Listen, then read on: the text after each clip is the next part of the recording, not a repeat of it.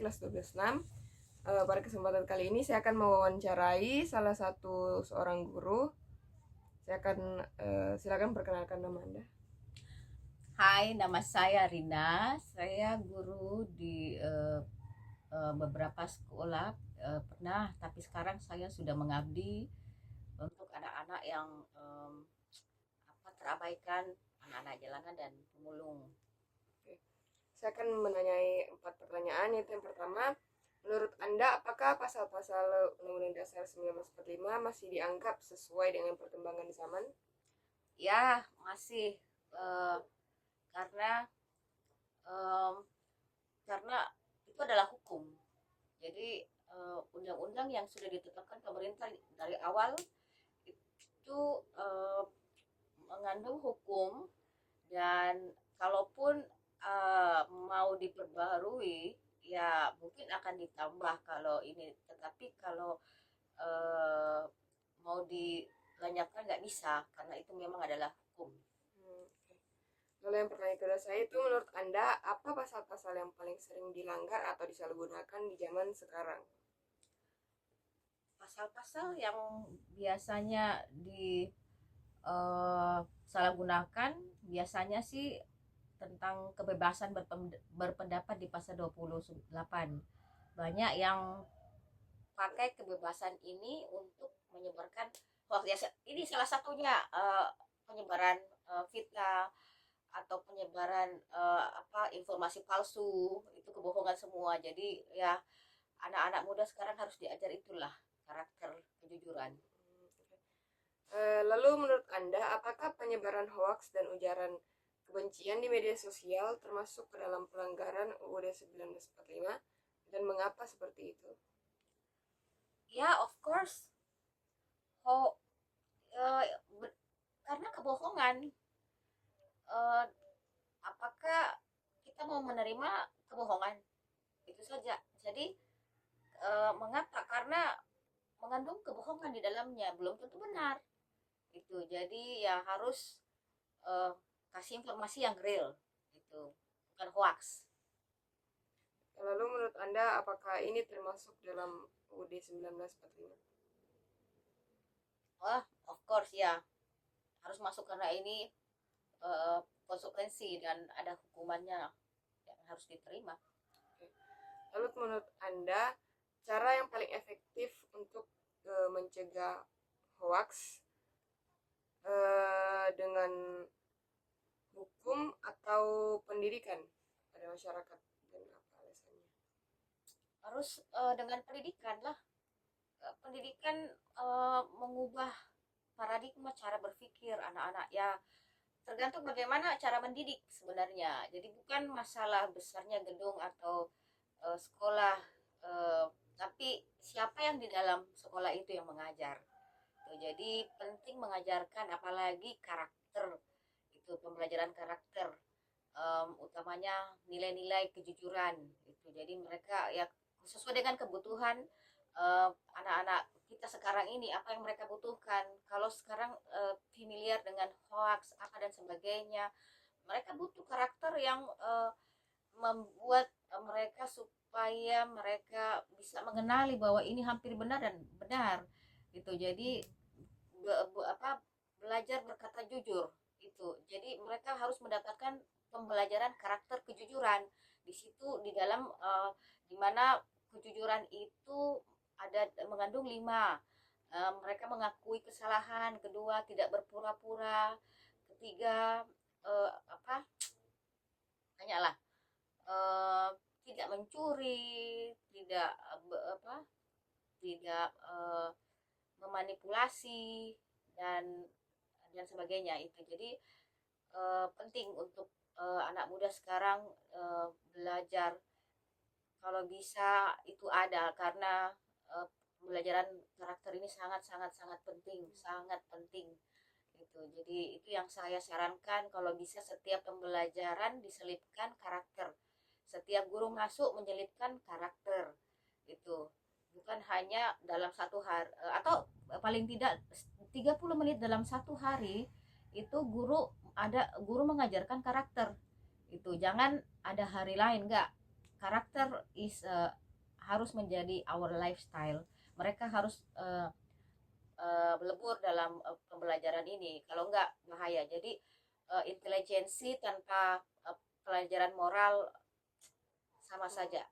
Jadi perlu kalau kita mendidik anak-anak hanya dengan memenuhi kebutuhan intelijensi tanpa moral atau karakter, kita ya seperti hasilnya sekarang ini begitu. Malah mereka akan lebih jahat daripada iblis. Jadi mari semua guru-guru bantu anak-anak ini, tolong anak-anak ini untuk menemukan hal-hal yang benar dalam dirinya. Terima kasih dan selamat pagi. Wassalam. Oke, sekian dari wawancara saya. Jika ada kesalahan kata mohon dimaafkan. Sekian dan terima kasih. Assalamualaikum warahmatullahi wabarakatuh. Saya Aziza Nurdidi dari kelompok 1 akan mewawancarai anggota OSIS SMA Negeri 2 Makassar. Perkenalkan, nama saya Masita Ramadhani dari kelas 12-8. Jadi saya akan menanyakan pertanyaan pertama, apakah Anda pernah menyaksikan tindakan penyebaran hoaks dan ujaran kebencian di media sosial? Pernah. Jadi pertanyaan kedua, bagaimana cara Anda membedakan apakah hal tersebut adalah hoaks atau ujaran kebencian? Yang tentunya yang pertama itu lihat dulu lebih lanjut atau telusurin dulu lebih lanjut apakah itu betul-betul ujaran kebencian ataupun hoax. Dan selanjutnya, menurut Anda apa yang menjadi faktor utama orang-orang melakukan tindakan tersebut?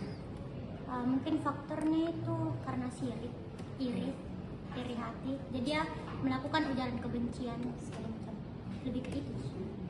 Pertanyaan terakhir, apakah tindakan yang sudah Anda lakukan untuk mencegah hal tersebut? Dan adakah saran dari Anda untuk masyarakat dalam pencegahan penyebaran hoaks dan ujaran kebencian di media sosial? Saranku sih lebih ke tidak usah terlalu banyak pusing orang, tidak usah mengkritik hidupnya orang, dan kayak tidak usah ujarkan kebencian ke orang-orang. Hidup enjoykan saja, kayak urus saja dirinya masing-masing. Terima kasih. Assalamualaikum warahmatullahi wabarakatuh. Assalamualaikum warahmatullahi wabarakatuh. Mewakilkan teman kelompok saya untuk mewawancarai Bapak. Saya ya. Oke, apakah Bapak sudah siap untuk saya wawancarai? Siap. Oke, terima kasih waktunya. Yang pertama, apakah Anda pernah menyaksikan atau mengalami sendiri tindakan penyebaran hoax dan ujarkan kebencian di media sosial? Untuk mengalami belum, tapi pernah lihat di medsos, pernah. Karena saya pemain medsos juga. Tanggapan tak terkait hal itu bagaimana? Untuk tanggapannya ya efeknya jelek sih, karena semua ditahu. Itu saja, jelek sekali karena ditahu satu, bahkan dunia bisa tahu itu. Oke, menurut Anda apakah efek samping yang diberikan dari tindakan tersebut? Efek sampingnya besar sekali, mempengaruhi fisik, psikis juga bisa pengaruh itu kalau sudah kena gitu, apalagi dibully, aduh sudah Mental health nanti? iya, sudah betul udah bisa sekali. Saat ini sudah banyak aktivitas dan aturan hukum yang mengkampanyekan tentang pencegahan penyebaran hoax dan ujaran kebencian di media sosial. Apakah Anda merasa tindakan tersebut sudah efektif? Efektif belum, karena tidak menjangkau semua. Masalahnya yang terjangkau itu yang beruang, berduit-duit, orang-orang kaya saja, yang tajud-tajud itu yang terjangkau. Jadi Terus hoax-hoax yang untuk kalangan bawah yang tidak ada duitnya kayak tidak dilihat, begitu saja. Oke, pertanyaan terakhir, bagaimanakah cara Anda pribadi untuk menjaga diri agar tidak terpengaruhi dengan informasi hoax atau ujaran kebencian di media sosial? Ya kalau pribadi sih lihat saja siapa yang menyebar, terus dilihat apakah centeng biru. Kalau nggak centeng biru ya nggak usah, mungkin ya betul-betul hoax sih. Ya itu saja.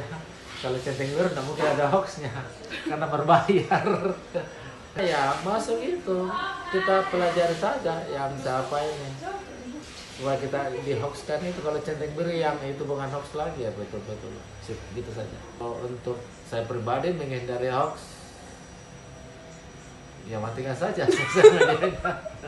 Kita terhindar dengan main sosial media. Terus tanggapan tak terhadap orang yang kayak difitnah begitu kan menyebarkan Itu hoax. hoax ya. Tanggapannya ya lihat dulu. Kalau memang hoax itu betul-betul merugikan, ada juga hoax juga yang asal-asal sih. Ya kita lihat dulu apa ada dampaknya, apakah berdampak kepada keluarga, pribadi, psikiskah, itu saja caranya. Kalau semisal dapat berita yang tidak jelas informasinya, Oh. kita bakalan telusur dulu terlebih dalam atau kita langsung ambil suara tentang berita tersebut. Ya lebih baik kalau memang itu tidak berfakta ya, namanya juga hoax ya, tidak ada fakta sih, lebih baik kita tinggalkan saja. Kalau hoax ada faktanya bukan hoax lagi memang. Kalau sudah tahu beritanya ini hoax kan, hoax itu kan berita bohong. Ngapain didalami lagi? Udah bohong memang.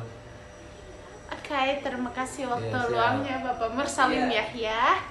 Siap, makasih.